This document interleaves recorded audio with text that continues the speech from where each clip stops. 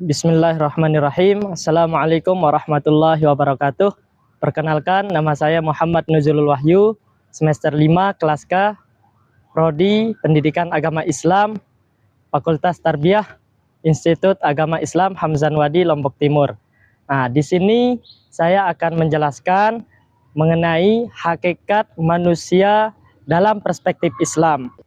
Manusia sebagai makhluk hidup yang mempunyai keunikan dan kompleksitas selalu menjadi fokus perdebatan mengenai hakikatnya.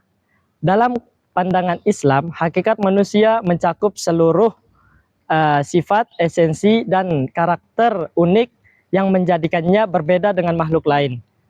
Manusia dipandang sebagai makhluk yang dimuliakan, yang diberikan akal dan hati, serta diberikan tanggung jawab sebagai penyembah Allah, khalifah di muka bumi, serta makhluk sosial. Nah, di sini Allah Subhanahu wa taala menyebutkan manusia di dalam firman-Nya, yaitu Al-Qur'an, dengan 4 istilah, yaitu al-abdu, al-annas, al-insan, dan al-bashar, yang memiliki arti dan makna yang berbeda-beda. Istilah yang pertama yaitu al-abdu, di mana manusia itu sebagai hamba Allah. Sebagai hamba Allah, manusia wajib mengabdi dan taat kepada Allah selaku pencipta.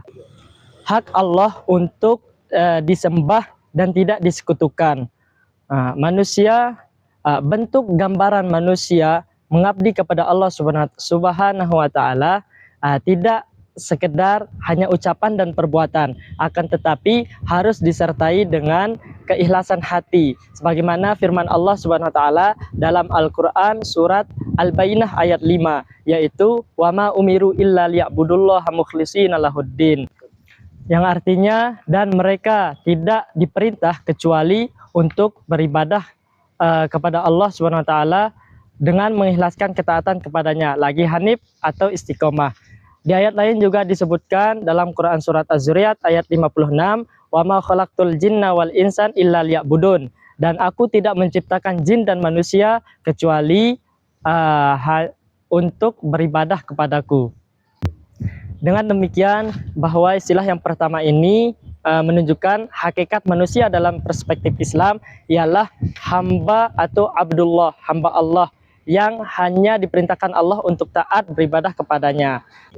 Kemudian konsep yang kedua yaitu an-nas, di mana konsep an-nas ini sering dihubungkan dengan fungsi manusia sebagai makhluk sosial.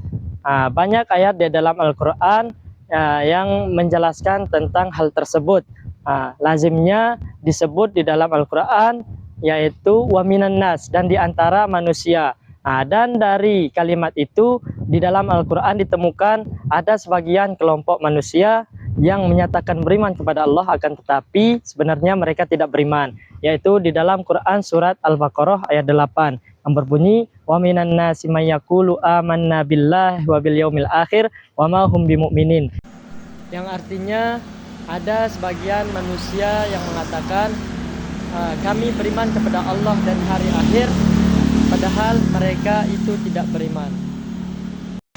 Selanjutnya istilah yang ketiga yaitu al-insan, sebagaimana yang disebutkan dalam Al-Quran surat Al-Baqarah ayat 30, yaitu wa idh qala rabbuka lil malaikati inni ja'ilun fil ardi khalifah qalu ataj'alu fiha man yufsidu fiha wa yasfiku dima wa nahnu nusabbihu bihamdika wa nuqaddisu lak qala inni a'lamu ma la ta'lamun.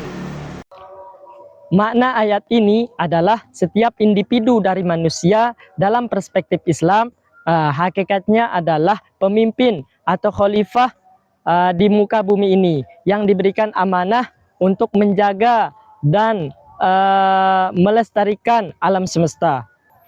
Nah, adapun istilah yang keempat yaitu al-bashar. Nah, adapun kata al-bashar itu diambil dari akar kata yang memiliki arti yaitu menampakkan sesuatu dengan baik dan indah. Nah, dari kata ini lahirlah kata basyarah yang berarti kulit. Nah, manusia dikatakan basyarah karena kulit manusia itu nampak secara jelas, dan itulah yang membedakan dia, kulit manusia, dengan kulit binatang yang lainnya. Nah, Sebagaimana firman Allah Subhanahu wa taala di dalam Al-Qur'an surat Ar-Rum ayat 20 yang berbunyi, wa min ayatihi an khalaqakum min turabin tsumma idza antum basyarun tantashirun, yang artinya dan di antara tanda-tanda kebesaran Allah Subhanahu wa taala yaitu Dia menciptakan kamu dari tanah dan tiba-tiba menjadikan kamu manusia yang berkembang biak. Itulah kira-kira yang dapat saya sampaikan tentang tentang hakikat manusia dalam perspektif Islam. Nah, Allah itu menggambarkan manusia atau menyebut manusia di dalam Al-Quran dengan 4 istilah itu, yaitu al-abadu, an-nas, al-insan, dan al-bashar. Nah, mungkin ada kurangnya, mohon dimaafkan. Ini hanya sebagai bahan latihan untuk kami mahasiswa yang masih banyak kurangnya. Sekian, wallahu muwaffiq wal hadi ila sabilir rasyad. Assalamualaikum warahmatullahi wabarakatuh.